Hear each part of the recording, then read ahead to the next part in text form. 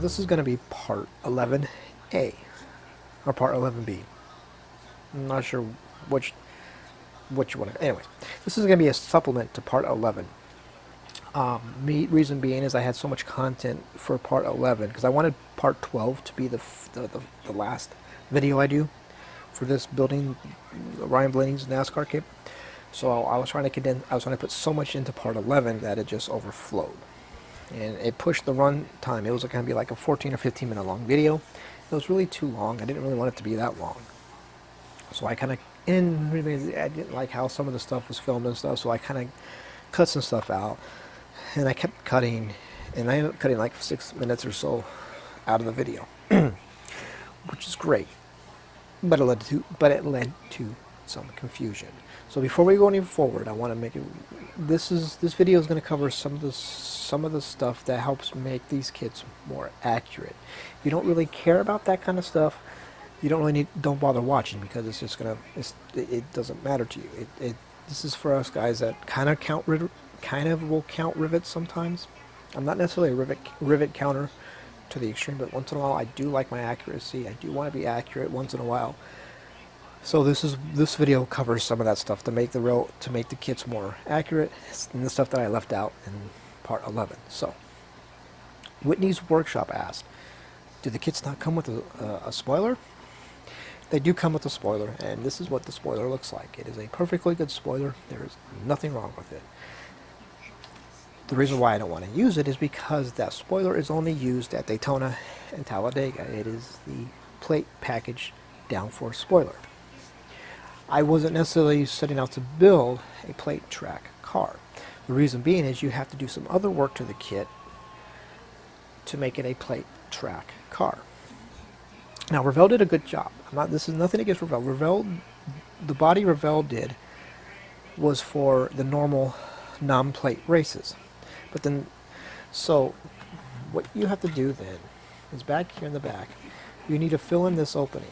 It needs to come down flush with the sides of the body. And then on the panel down here, you just need to extend the panel down, and it's going to come out like, there's a little piece that's going to come out like that. So those are the two things you really need to do to make it a downforce package car. And that's really it. So a little bit of body work, nothing that's too hard to do. Just, that's what you got to do. So, if you're not building a plate track car, then you need to make the low downforce spoiler.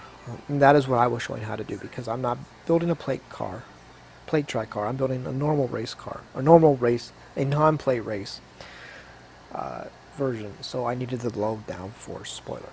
Pretty simple, pretty easy to understand, I think. So the other thing was with the decal sheet, and the decal sheet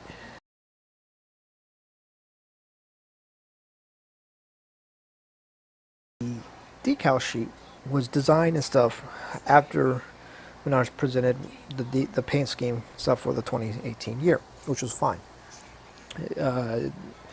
When the decal sheet went to production and went for sale, and in that time frame, things changed. And a few races after the start of the year, Menards switched to running white numbers. So this decal sheet is only actually good for Daytona, the Daytona 500, the qualifying races, and the shootout race. That's it.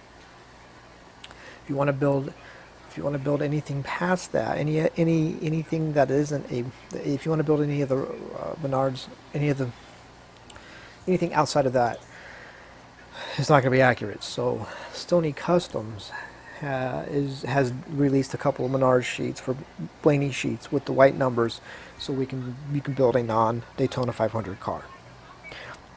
My first idea was I found a decal sheet that had the white numbers with the black outline. But unfortunately, it was a $20 decal sheet. I didn't really want to spend $20 on a decal sheet just for some number decals. I waste money in this hobby, but that was just a little excessive. So I'm going to go ahead and just get one of those decal. I'm going to order get one of the sheets from Stoney's and build. I think I'm going to build a Dover car, which has a Duracell on the body. Our Duracell is the sponsor for that race. So I think that covers what I wanted to really wanted to talk about. So I want to call it that. Thank you for watching.